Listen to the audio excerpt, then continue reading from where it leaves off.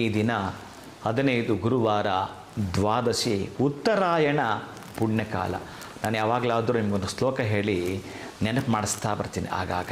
ಉತ್ತರಾಯಣವಾಗಲಿ ದಕ್ಷಿಣಾಯನವಾಗಲಿ, ರಾಮಾಯಣದಲ್ಲಿ ಬರುವ ಶ್ರೀರಾಮಚಂದ್ರ ನಾರಾಯಣನ ಪಾರಾಯಣ ಮಾಡಿ ಅಂತ ಹೇಳ್ತಿರ್ತೇನೆ. ಅದಕ್ಕೆ ಈ ದಿವಸ ಈ ಉತ್ತರಕ್ಕೆ ಮುಖ ಮಾಡಿದಾಗ ಉತ್ತರಾಯಣ ಬಂತು ಅಂತಂದರೆ ನಾನು ನೆನ್ನೆಯಷ್ಟೇ ನಿಮಗೆ ತಿಳಿಸಿದ್ದೆ, ದೇವತೆಗಳಿಗೆ ಹಗಲು ಅಂತ. ಅದರ ಅರ್ಥ ಏನು ಅಂತಂದರೆ, ಗೂಢ ಅರ್ಥ ಜ್ಞಾನ ವಿಜ್ಞಾನ ಸುಜ್ಞಾನವನ್ನು ಹೆಚ್ಚಿಸಿಕೊಳ್ಳತಕ್ಕ ಸುಮೂರ್ತದ ಸೂಚನೆ ನಿಮಗೆ ಕೊಡ್ತಾ ಇರೋದು ಅಂತ. ಅದರ ಅರ್ಥ ನೀವು ಬಹಳ ಮುಖ್ಯವಾಗಿ ಗಮನಿಸ್ತೀನಾದರೆ, ಜ್ಞಾನ ಬಹಳ ನಮಗೆ ಮುಖ್ಯವಾಗಿರತಕ್ಕಂಥ ನಮ್ಮ ಜ್ವೆಲ್ಸ್, ನಮ್ಮ ಆಭರಣ ಅಂತಂದ್ರೆ ನಾಲೆಡ್ಜ್, ಪ್ರೀತಿಯ ಬಂಧುಗಳೇ.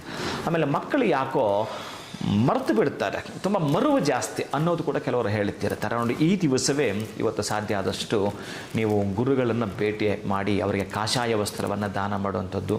ಗಣಪತಿಗೆ ನೀವು ಪಂಚಭಕ್ಷಗಳು ಅಂತ ಹೇಳ್ತಾರೆ, ಆ ಪಂಚಭಕ್ಷಗಳನ್ನ ಇಟ್ಟು ನೈವೇದ್ಯ ಮಾಡತಕ್ಕ, ಅಥವಾ ಅಷ್ಟದ್ರವ್ಯ ಅಂತ ಹೇಳ್ತಾರೆ, ಅಂತ ಅಷ್ಟದ್ರವ್ಯ ಇಟ್ಟು ನೈವೇದ್ಯ ಮಾಡತಕ್ಕಂತಹದ್ದು.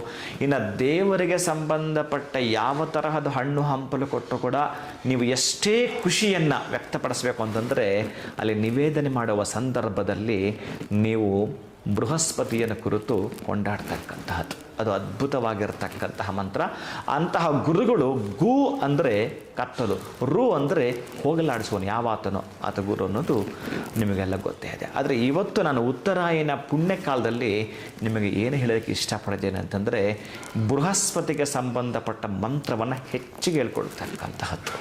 ಅಂತಹ ಈ ವಿಶೇಷವಾಗಿರತಕ್ಕಂಥ ಪರ್ವ ದಿನಗಳಂತ ನಾನು ಯಾಕೆ ಕರಿತೀನಿ ನಿಮಗೆ ಹೇಳಿದ್ದೇನೆ. ಬುಧಾಷ್ಟಮ, ಬುಧವಾರದ ಅಷ್ಟಮಿ ಬೀಳತಕ್ಕಂತಹದ್ದು. ಇನ್ನು ಸಪ್ತಭಾನು, ಭಾನುವಾರ ಸಪ್ತಮಿ ಬೀಳತಕ್ಕಂತಹದ್ದು. ಗುರುವಾರ ದಿವಸ ಏಕಾದಶಿ ದ್ವಾದಶಿ ಬಂತಂದರೆ ಅತ್ಯಂತ ಶುಭ.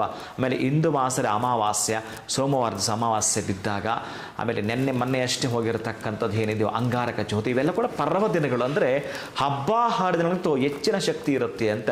ಅಂದರೆ ದೇವರುಗಳು ದೇವತೆಗಳ ಜಾಗೃತ ಶಕ್ತಿ ಹೆಚ್ಚಿಗೆ ಇರುತ್ತೆ. ಅದನ್ನು ರಿಸೀವ್ ಮಾಡಿಕೊಳ್ತಕ್ಕಂಥ ಈ 6 ತಿಂಗಳ ಕಾಲ ಉತ್ತರಾಯಣ ಇರತಕ್ಕಂತಹದ್ರಿಂದ ಓಂ ಬೃಹಸ್ಪತಾಚಾರ್ಯಾಯ ವಿದ್ಮಹೆ ಸುರಾಚಾರ್ಯಾಯ ಧೀಮಹಿ ತನ್ನೋ ಗುರು ಪ್ರಚೋದಯಾತ್, ಈ ಮಂತ್ರವನ್ನು ಹೇಳಿಕೊಳ್ತಕ್ಕಂಥದ್ದು.